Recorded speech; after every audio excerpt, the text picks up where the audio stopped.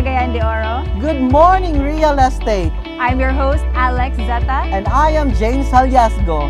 And welcome to the Home Show Unlimited.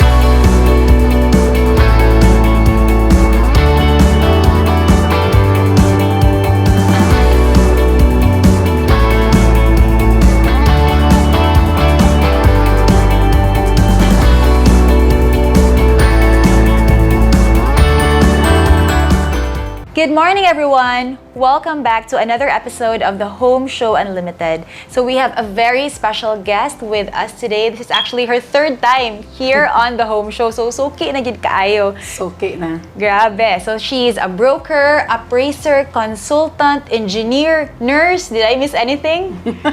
So, daghan gid kaayo siya og achievements academically, and not only that, but in sales as well, as she's focusing in the real estate industry. So please help me welcome Miss Cristy Lugtu.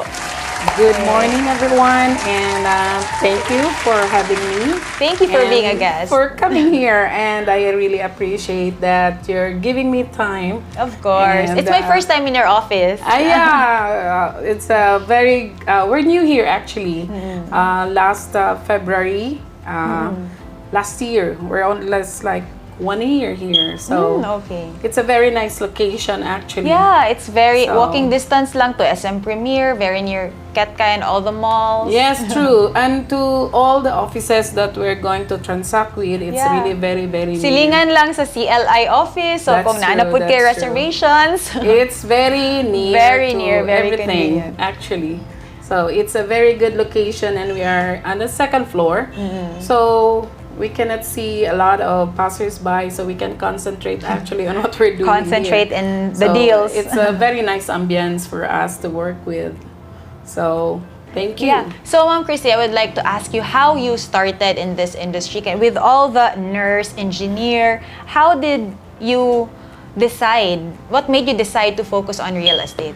Oh, well, my license was, I think 1995. I had my license in like a real estate brokership. However, I was not able to use it because I was so busy being a civil engineer. I had my construction firm, so I concentrated with my construction for more than 20 years. Then I ventured into nursing. I went into nursing school because my sisters were inviting me to go to States and, you know, being a nurse. That was the dream before, yes. Yes, we heard a lot of good things being a nurse, the income is good and whatever. So I went to school for 4 years. Nauso bitaw to before. I'm actually a nurse as well, but I only practiced for a year. It was very attractive. Actually, when I studied at Capital University, nursing college is like, we were 3,000 students in nursing, so it's really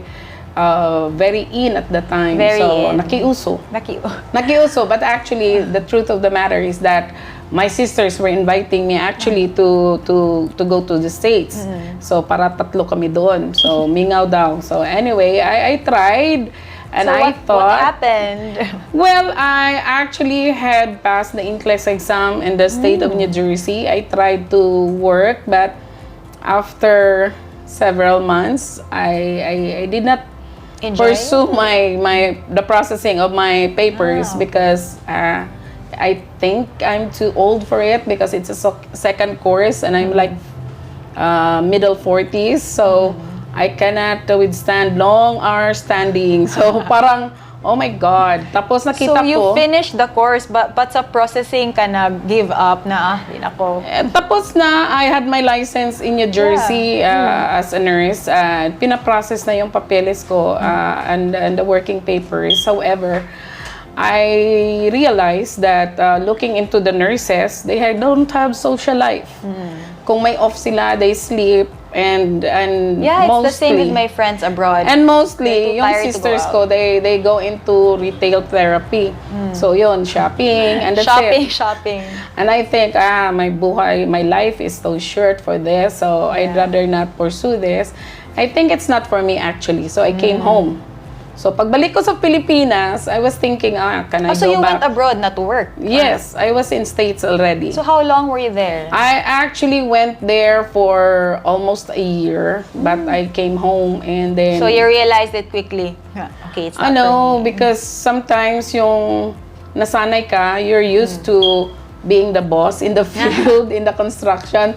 Tapos if you're in the nursing field, the doctors are the bosses. Yeah, the doctors are And the boss. so you're on your toes all the time. Yeah. You're standing all the time. Yes. And it seems it's not for me. Okay. So I realized, okay, how much do you earn here? $6,000 minus, taxes, living, food, a car, everything. So how much yung net more or less per month? More or less, if you're a nurse earning $25 an hour, mag-net ka lang ng $2,000 to $3,000. That's how much in pesos? Mga Well, if 200? exchange is like 50. Let's say 50. Yeah, so Around 1,000 is 50. So if you're, then it's 150 to 200,000. Around 200, yeah. So I came home. Then I came home, I was like thinking, should I go into nursing? The friend of my son of my friend there is always teasing me, Cristy, is it true that nurses in the Philippines are being paid like $7 a day? You can earn $25 an hour there. So it's like, if you're in the government service, so you're gonna receive a pay of like 400 pesos, 350. So when did you start practicing? So I came back 2011 as a real estate from US. broker. So when I assessed everything, I was thinking, what shall I do? So I was thinking of, well, why not try real estate and use my broker's license? So that's when I started. So what year was that? That was 2011. So that was the year I became a broker. Yeah, everybody was telling it's too late for me, and a lot of brokers are in the field already. Everybody is selling, but I think I proved them wrong. Yeah. Because there's no late in this. There's no late in life. No. You can Everything is but a challenge, and everything is open to everything, learning new things, and that's what I was going at the time. So I was just like observing what. So how did you start? Like in your first year, did you have a mentor, or you just went at it on your own? No, actually, in US, I was observing that realtors are number one in terms of income. True. So I went there. I also bought some books. So that's when I was observing, and actually at first I got my licenses here. Renewed them, and then my registration with HLURB, now DSUD. So I had all my papers prepared. Then I established an office actually, because I believe that when you have an office, you have a personality.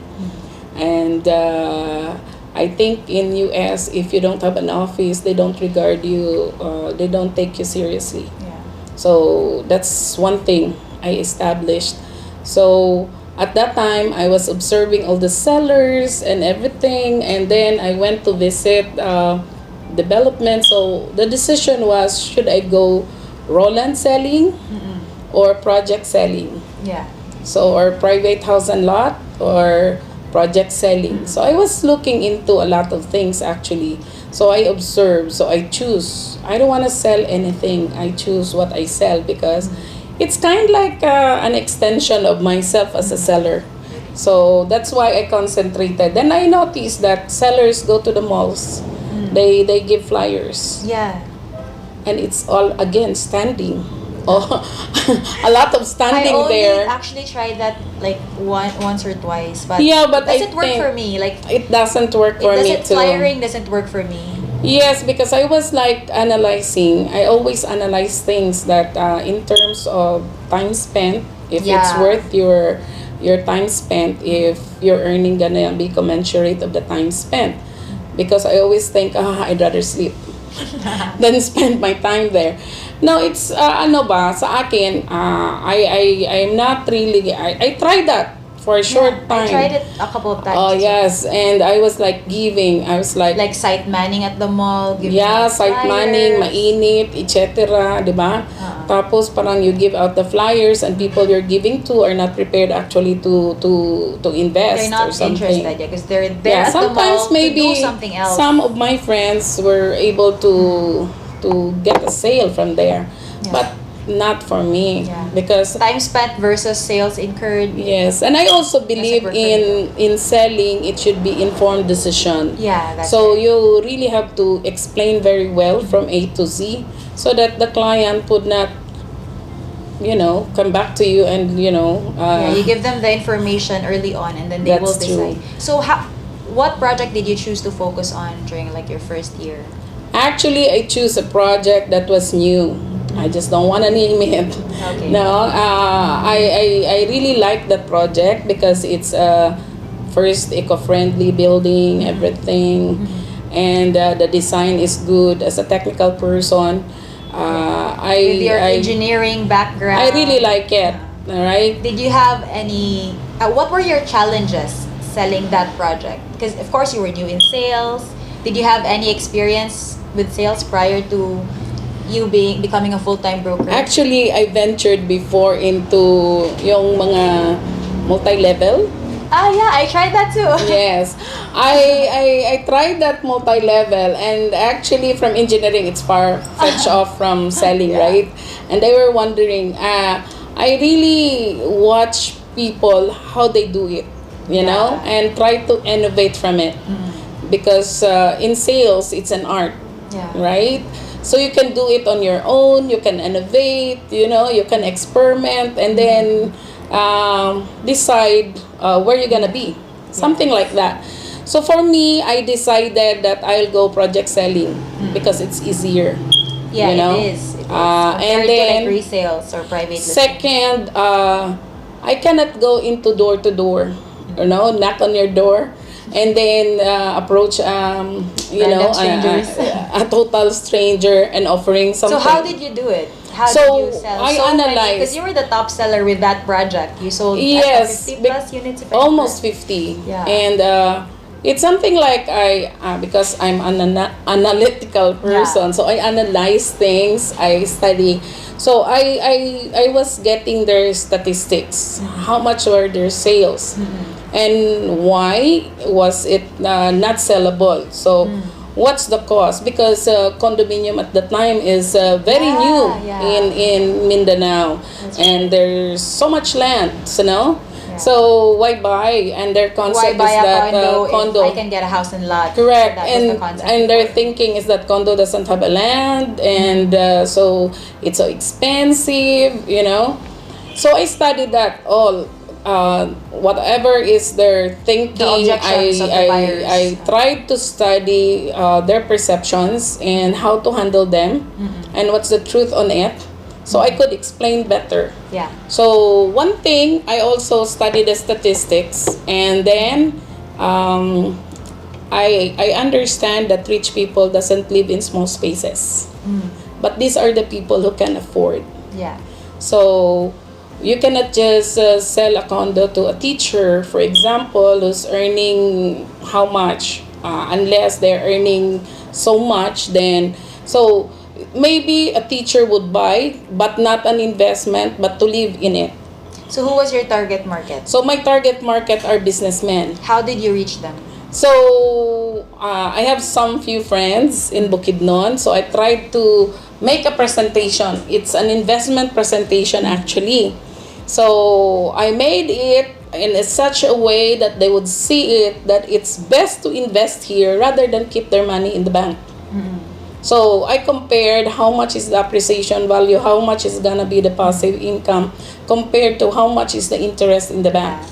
So if they're keeping their money this length of time, how much would it be if they're gonna invest in real estate? So you sold it, you presented it mainly as an investment. Yeah, that's right. And that's where businessmen see the the profit they're gonna have, which is much better than just keeping their money in the bank. Yes. So that's why when I sell, I also told them how to buy multiple if they want to combine. A little detail for engineering aspect. And then they see the point and how much they're gonna save. So they ventured. So one buyer would buy 2 or 3 units. So that's where I have few buyers but multiple units. Yeah, multiple units. That's where I sold almost 50 units actually. So 20% was able to get like a lot of, even though your buyers were only like a small number, you were able to sell a lot of units. Yes. The Pareto principle. True. Kasi these people realize that what I'm pointing at is really true, right? Yeah. So they're, businessmen have much money, but they're very, very hold it tight on it until they see a very good investment. Yeah. So when they see a very good investment, they let go of their money. Because it will grow. Yeah, that's You right. put it in Because that investment. and I back it up with all the computations actually. So really very technical. it's a very technical thing, technical approach actually, but it's very successful because it turned out na totoo naman yung sinasabi ko. And my points were like I calculated things, then it turned out good for them, no? So now as I yung longer in real estate, I realized that we should be very, very careful in choosing what we offer. So those are the things that I learned. And because I always in selling kasi that I always service my clients yung after sales. Yes. Yeah, kasi we grow in yung relationship nyo as yung trust relationship is there. Yes. So bali some of my clients would not even see on their unit. They will just, Cristy, upgrade mo pagkatapos.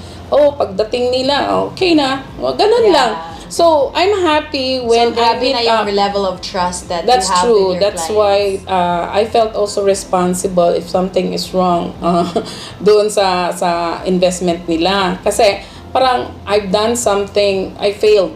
I failed them in a way.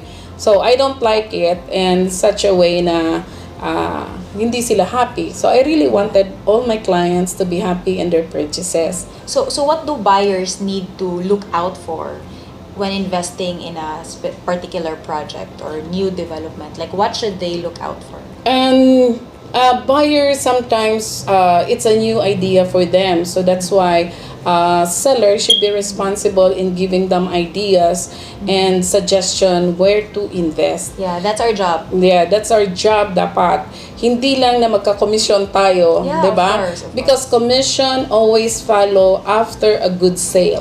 Yes, That's one thing I believe.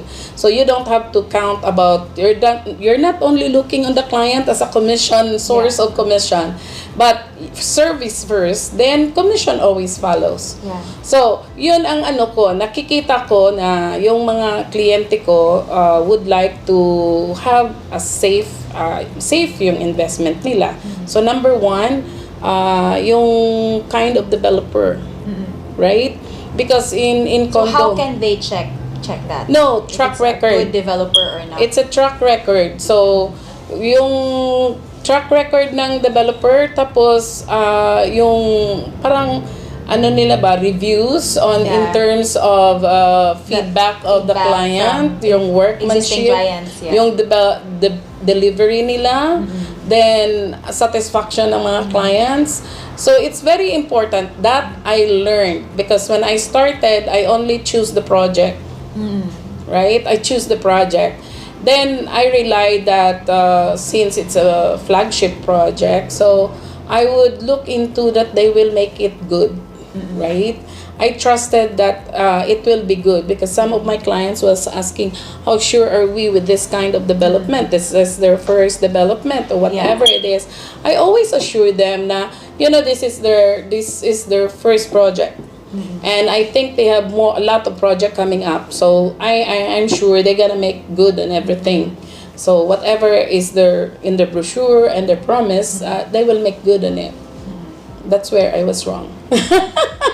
So like, anyway, so now you prefer developers that already have a track record. true. So that the investment of your clients are safer in a That's way. correct. Some people doesn't, especially businessmen, they want to make sure of their investment. They don't look on how much is the price difference, but they always think that their investment is secured. Yeah. So they go for big names like, Ayala. Yeah, Ayala. SMDC SMDC is putting up a coming up, condo, right? yeah, uptown. And now it's CLI, Yeah, right? Cebulan Masters. And for all those big names, actually, I'm proud to say CLI is the only developer, not to plug in, Yeah. It's not to Free plug in. Hi, Chudes. It's not, but it's only CLI that doesn't ask for the payment of the balance unless you accept the unit. You go into other You mean developer. loan release? No, to pay the balance. It's either they pay in cash or loan or financing. They don't ask for that. Yeah, The I equity is noticed that. paid, and Yeah. sometimes you paid already a year before, but since the project's not ready yet for turnover, you have a payment holiday, not with other developers. That I only experienced in CLI. Cebu Landmasters, and I'm really proud of it. And I always advertise that to my investors, that at least you have a very big leverage here, because if they don't turn over, at least what is stake here is only your equity, right? But if you have fully paid the project and then it's not yet delivered, Yeah. parang you're at a loss, actually. So with other developers, they ask for, they already do loan release. Actually, I don't want to name developers, right? Some developers process you the mortgage for the payment of the balance of the price, right? So you mentioned that the first thing that you should look at is not only the project but also the developer, like who is building this project. That's true. Because- Because your investment depends on the how stable is the Yeah. developer, how well they're gonna finish the project. Because what you're investing is a pre-selling experience, project, right? Because you're anticipating on the appreciation value. So as it nears the finishing stage, the value or the price is going higher. So that's where you're gonna earn as an investor. So if you don't have a very good developer, that affects your investment actually. So what's the next thing that buyers should consider aside from both the project and the developer? Then the thing is that how they turn over the project, right? What do you mean? What is turnover for those who are not For- familiar with that term? Yes, when for example, you bought a studio, Yeah. right? And you pay that for 4 years, zero interest equity, because that's the construction period also for the developer to finish. So when the unit is ready, they will inform you to punch list. That's where you're gonna check your unit whether what they presented in their brochure as deliverable is really actually being delivered. What you will be getting, Yes. yeah. So you want to check. So you want to check, for example, the flooring, if it's tiled, if it's evenly tiled or skewed or whatever. So you're gonna have the punch list. So you're gonna say check, no complaint, or this one is for rectification or something else. So the developer should Then dapat rectify. rectify. Then If that's ever the you have time. complaints. Yes, because you will pay them, right? That's before you pay them the full 80% or the balance. So that's where I said that it's very good for CLI because they don't ask the full balance unless you really accept the unit. accept it. So parang yung leverage mo as an investor is nandun, malaki. Malaki. Kasi you only paid 20%, right? So, mahirap if nabayaran mo na, tapos paano ka na magreklamo? Yeah. If ever you fully paid the unit Maglisod already. na ka, o ano. So, you'll run after, but of course, they'll say tomorrow, and all the tomorrows is there. So, but whether they're gonna rectify or not, that remains to be seen. So, here, yung leverage mo is very big if you haven't paid the full balance yet. So yun, ang nakaganda doon. So I really hope that they will maintain it. Yeah. No, because I really assured my investors na they're the only developer that does that. They are? They're the Yes. only developer? As far as I know, right? Okay. So, ang iba kasi may rent to own. 'Di ba? They may rent to own sila na scheme, pero yung hindi rent to own na scheme, sila lang. Kasi ang SMDC have rent to own schemes for their RFOs. So, mag-down And then ka lang na one certain. Oasis has an early move-in promo. That's as right. well. Yes. Pero bayad ka pa rin, 'di ba? Yeah. Or else may LOG ka from the bank that the bank is ready to release. So mag-apply ka muna, everything. Yeah. So approval of the bank and everything. So may assurance talaga. So yun ang nakaganda. Yun ang titingnan ng mga investors actually, kasi pag mahirap kasi if yung investment mo is hindi assured, 'di ba? Para bang baka mamaya mawala, Yeah. hindi matapos ang project. So ako as a broker, I always size up for my clients because when I tell my client, oh, invest tayo, just like sa Terranza for example, sa Iloilo. Oh, invest kayo dito. So the clients that you're offering Terranza to, are they the same clients that you also, like parang your old clients na, parang expansion Some na lang are of my their old investment? clients who dislodge other projects at a good price. Then they invest Reinvest and that. yes, that's true. And some they bring in some friends, so they bring in some investors for me. Kasi I experience kasi going abroad, offering some projects, but it turned out that even if they like the project but they don't know me, they don't know the developer, they don't buy. So they're always asking, meron ka bang Ayala? Meron ka bang SMDC? Yun mga big names lang tinatanong nila kasi parang thinking nila, these companies will not run away. Diba? Mahirap kasi if They've you're been there abroad. for like 50 years already. Yes. So parang medyo sure ka. But sure ka. one thing I learned if you're selling abroad is that you get somebody na who will endorse you and knows you very well, that they are close friend with that somebody, and I tell you they will buy. Yeah, I they know will trust someone you who because does that. their good friend trust you so Like yung much. term is roadshow. Yeah. Yeah, But roadshow. mahirap din ang roadshow kung wala kang endorsement. Yeah, you have to have endorsement. Sometimes, ma-hype ni mo yung mga buyers. They like the project, magre-reserve sila. But later on, it's because they have a lot of questions in their mind. Hindi sila, they will not push through with this buying. So, yun ang problema. Kasi sabi ko, a good seller should be able to sell yung talagang turnover up to 'di ba? Or they paid off their investment and it turned out they're happy, they reinvest or something. That's a good sale. As a broker, that is my measure of being a good seller. No? Kasi ang iba, they're happy with reservation. No, reservation is nothing. Incentive, malaki din ang incentive sa ibang developer. As in Terranza alone, I earned, modesty aside, I earned almost $500,000 in incentive. Incentives lang. Because you reserved a lot of units there, di ba? Yeah. So, one thing I did is that I introduced a scheme. Like, for example, bili ka ng 2 studio, combine mo. I showed them what I did here in Mesa Verde. And that's why I sold also almost 60 here in Mesa Verde. Because I designed something, then I present it to my investor and they like it. So that's why yung 2 magkatabi na studio from 5th floor, I think, up to 16th floor, yun, client ko yun. Ganon. Okay. So they buy by twos. And when I presented it to one investor also, and she liked it, no sweat, the money will grow. She bought like 6 units, 1 bedroom, only one So that's all in client. Terranza? No, it's in Mix Mesa na, Verde. Mesa Verde. Yung sa Terranza, dalawa. So magkatabi. Magkatabi. So yung isa, naghahanap ng penthouse but it sold out. So she landed on the 28th floor. So it's like 1 bedroom and a studio. She combined it. So something like that. So, but when I told her that her investment in 1 week's time have grown like almost 2 million, she like, what?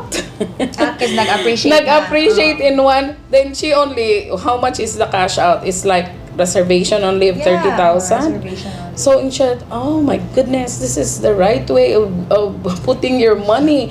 And I'm happy when they realize that, because you know, you can see them as your prospective investors in other projects. Yeah. So your advice, again, like as a recap, is first to check the developer and the True. project, and then second is how the developer turns over or like gives na the unit to the client. Yes, the quality of work they're turning over, it's very important, because everything is very nice in the Yeah. brochure, you know. So dili lang na ma-finish ang project, but to actually turn over a good project, a good Yes, that's finished right. project. Because that our concern is that to make our client happy, actually. So yes, the turnover is very important aspect, because that's the culmination whether your client is gonna be satisfied on the project you offered or not. It's very vital that they will be like, you know, the satisfaction level is there. High gid ang satisfaction Yes. level. And that's one thing that is very good with some developers, because Yeah. they can see how the project is, right? So that's why it's very important.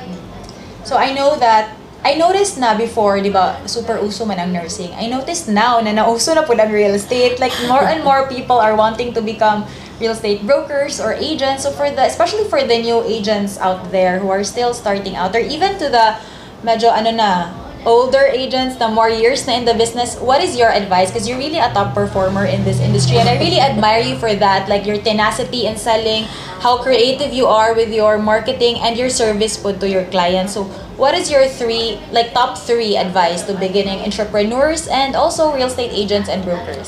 And I think in the course of my practice here as a real estate broker or practitioner, the three things top is, number one, you have the knowledge. Do not sell something that you do not understand. Yeah. You have to learn everything from A to Z about the project you're offering, so you would be able to handle your client. Anything that they're gonna ask, then you would be able to answer them, right? Satisfy them, because that's where they're gonna let go of their money. Number two is hard work. Nothing comes easy. So 99% perspiration, only 1% inspiration. Yes. And number three, you should be flexible.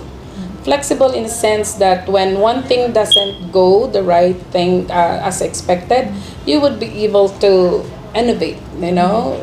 Resiliency is there. So you would be able to innovate, divert your energy into something that will more or less go on a better way of reaching your goal. Because some people, it's like they get discouraged, no?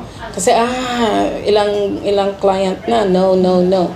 But remember, failure is a stepping stone to success. So sa ako, I always joke on that, but it's true. Yeah, Kahit mag-explain ka sa client, tapos it says no, sabihin mo na lang, okay lang, mag-no siya, but Yeah. at least I've overcame my fear, and I was able to you know, handle. And then sabihin mo na lang na nag-practice ka rin. Yeah, I'm reminded of this quote by Michael Jordan. Diba? Michael Jordan is like the greatest basketball Yes. player of all time. And he said that, I fail 99% of the time, and that's why I succeed. Correct. Because if for every failure you stop, then that's it. Yeah. But what matters is how you get up, and your yung conviction mo to really go for it, no? So every day is a new day. So why sulk on something na wala ka namang magawa? So if you failed, well, learn Get from up your lang. failure, then go forward. That's the important thing. And I think that paid off. Actually, I have a very good attitude in work kasi I'm a workaholic. So when I'm sad, I work. When I'm lonely, I work. I do that, and it is up everything. So I'm happy with kasi lahat naman is manageable. Everything, every day you have a problem, but how you handle things. Kaya nga, iba thinks that I'm down already because of all the, litigation from, Yeah. But I tell you, But you're doing fine. You're doing well. I'm good actually, and I'm thanking them because it defined me better as a seller. Because with that, they think that I'm the only broker who fights for the client. So I'm happy for that. So I actually thank them for all the They made things you they've done. stronger. They made you And you know, true. I never thought that I would be able I to think withstand. challenges in general, every time you're challenged, it brings out the best in you. True, and your attitude spells a lot, Yeah. because the way you see things is the way you act. It's all about perspective. Correct. Like when challenges come, you can either choose to be broken or you can choose to break Yes, through. I always look at on the positive side, right? So that's very important in our life. I learned this from my father actually, that in life it's always a problem. It's a matter of problem solving. That's why when I lecture in reviews and in other seminars, I always tell them, if you don't want a problem in your marriage, marry an engineer. Because they are trained to be problem solving supposedly. So Actually, my very husband is like that. technical. He's not an engineer, but he's an IT graduate. So very technical pa rin. Yes. He's very good at troubleshooting. Like whenever there's a problem, like any kind of problem, he's very good at finding solutions. That's true. Because as my father said, as long as you live, there's always a problem. Yeah. If you don't want Hindi naman problems, mawawala. doon ka na sa RIP. Rest in peace. Oo. Di ba? Doon, wala na talagang Wala problema. nang problem. So as long as you live, there's always a problem. So how you solve the problem is a matter of choosing an alternative. Diba? A right alternative gives you a better solution to your problem. So that's how it is. Life is just like that. So I think I should thank my dad for that. That's the training he gave me. So kaya siguro I withstood you know, The all challenges. this. Yeah, the challenges in And a life. lot of sellers was thinking, because I'm a topic of all the talks and everything, and so it's okay. But what matters is that how much is your sales. Yeah. You talk a lot, you don't sell.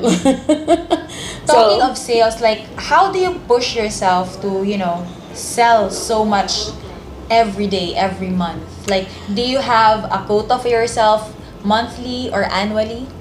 Actually, what's your process? I don't put a quota for myself, but I always enjoy what I'm doing. So it's a matter of like satisfaction that I've sold so much in 1 week, in 3 Yeah. months. That's something that is an achievement for me. I don't look at on other sellers as a competitor.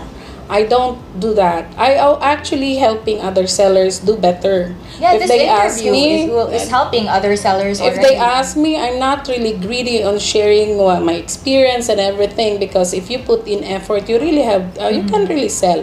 And my biggest competitor is myself. Yeah, So I I agree. challenge myself that if I can do this, then that's good. I feel good actually. So I have this kind of I carve a niche in the industry. Yeah. So something like, I'm the only broker who sold, like, earned 5 million commission in 3 months. So Something what like is your that. average sales per month or per I year? haven't calculated actually, because I'm not into, how much You they don't earn. monitor your No, because Not really. my formula is like this. When I earn a commission, 10% is my personal expense, wherein I splurge it, I don't count it so I can go shopping, I can do anything So with that's that 10%. pang shopping lang. 90% I do that, I spend that into my projects. That's how So I do in it. the 10%, that's where you get na your daily expenses. No, bills. it's just for my personal thing. Pang shopping lang talaga, if luxury. you want to buy things for your friends or something, So you where know. do you get your personal expenses? Like, do you have another allocation for that? Now, my husband before is working, so he gives me a salary. So yun ang personal expense namin. Yung yung sa commission ko is for the project. Like for example, when I earned 5 million in my commission, I don't collect them. I invest them in units. So I was able to invest into studio and to parkings for that. So it takes a long time, you know. Yeah. Because the pre-selling, you don't earn that much naman. Pero if I was going to collect that 5 million, it's like you're assured in 3 years, 150,000 a month. And that's only from one developer. Yeah. Okay, so what's your take on the real estate market here in Cagayan de Oro, like compared to the more metro cities like Cebu, Davao, Metro Manila? Actually, the concentration now is on secondary cities. What are the secondary cities? Secondary cities are like Cagayan de Oro, Iloilo, outside Metro Manila, you know, because we are into... Bacolod. That's true. And then that's where it's gonna be. But the thing that pulls investors here in Cagayan de Oro, because this is a regional center, that's one thing we should think about. Just like Cebu, it's the melting pot. Just like Iloilo, it's a melting pot. So many provinces Around the city. converge in that to do That's right. business. Yes. That's where the real estate It's the is hub of gonna Northern Mindanao. that's where our client gonna be. So that's where also you can also check on how much development in the city is coming up. So, mag-research ka, saan yun, sino yan, Yeah. o like what we're doing sa Uptown, ano yung mga developments doon, how fast they're selling. Yes. So yun, as a seller, you have to know all this. these things, Yes, yeah. these are the data that you have to learn. Some people is just selling. So parang they stumbled on somebody who is interested only. No, if you want to have it as a We need to career, be like an information machine. yes, you have to gather information, then parang data gathering talaga, tapos digest them in a way that why would I buy here and not there? So you would be able to answer that. So those are the things that actually very important as a seller. So Cagayan de Oro has a bright future actually, if you want to ask me. You can see SMBC is a big company and they don't invest in area wherein they cannot sell. Yeah. Right? So those are the what they call this is a barometer for improvement and development actually. So when these people are coming in that area, something is in there that they believe that their project is gonna sell. So those are the things that we have to watch actually. So Cagayan is very good. We have a bright future. So investors, Yes. now is your time to invest in Cagayan de Oro Yes. because it's still an up and coming city. It's still Yes. not as metro yet as the bigger cities, but it has a lot of room for growth. That's true.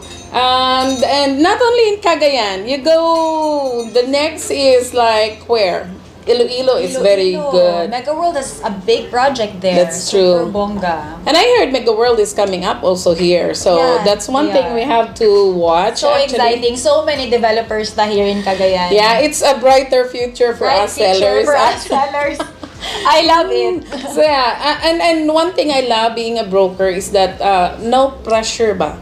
You Yeah, can that your you time is your can own. you can make an appointment. You can see your client whenever. You can it's really flexible in your time. It's not like 8 to 5 job that you're gonna report, and it's not boring at all because you have different clients. Yeah. No. Get to meet so many interesting people Yes. and learn from them as well. True. So those are the things that really very, very attractive as a broker. That's why. And you can actually earn as much as if you were working abroad. Yeah. Even more. And that's the reason I If was you're a not- top seller, even more, di ba? So actually, Pang you can abroad na ang earn- income. O, di ba ni Ma'am Christy? Sobra pa daw, sabi ng Sobra pa. sister ko. Yeah, sobra pa. But actually, it's not really outright, but the reward is really good. It's yeah, really good. I agree it's not outright. You have to wait, especially if it's pre-selling. But Yes. it will come. So, you just have to be patient. We have a bright future here in Cagayan. So, tara na! Tara na, Schooling na. invest in Cagayan de Oro. That's true. Kaya nga ang iba, I regretted because when I was giving like seminars for yung before, 4 years ka lang baccalaureate degree, you can get the exam. But they didn't take that opportunity. Ngayon, 4 years course ka na. BSREM. So, study ka na talaga. Going to school, back to school. then earn your degree, take the board exam. Mahirap na yun. Yeah. No, I earned that, I experienced that in nursing. 4 years in schooling. I agree. So, 4 years. True. Review pa. So, thank you. Thank you so much, Ma'am Cristy, for your time. I really learned a lot from you. Oh, no. You're really it's- one of my like inspirations, and I see you as, also as my mentor in this industry as well. You know, yeah, it's okay that you share. Actually, I really tell other people that you share, because the more you share, the more blessings you have. That's correct. So if you share abundance your mentality, yes, like that's there's correct. more than enough for everybody. Yeah. Some people doesn't share because they're afraid that the person they share to will go Becomes their higher. competition. But Okay no, lang. you should be secured on your ability Yeah. actually. So you don't have to be insecure Your and biggest competition fearful. is yourself anyway. True. So, You compete with yourself, not with other people. so thank you so much for your time. Oh, thank What you. else do you want to tell our viewers here at Mindanao Daily News? So this is actually streamed on Mindanao Daily News every Tuesday, 11 to 12 noon. So I'll tag you once ma-post na. Yeah, yun lang. Cagayan de Oro is a very progressive area, and investment here is very, very good. And as a broker, a seller, you have a brighter future here. And with the pandemic now, we have what you call this e-commerce now, and our reservation is through Online na, I na. love it. So parang It took a pandemic. borderless. They It took said pa a pandemic para mag-online lahat yes, ang developers. this is what they call a borderless selling, no? Na bahala ka na, nandun ka sa States, andito tayo, yung binibenta It's so natin much more Iloilo, Cebu, yung client ko sa Teranza, taga Qatar. So imagine Yeah. that. So I hope you do, and good luck to your program. Yeah, thank you, Ma'am Cristy. So, okay, so everybody, thank you so much for being with us. Again, thank you, Ma'am Cristy, for your time, and we will see you in the next episode of The Home Show Unlimited. Bye! Thank you.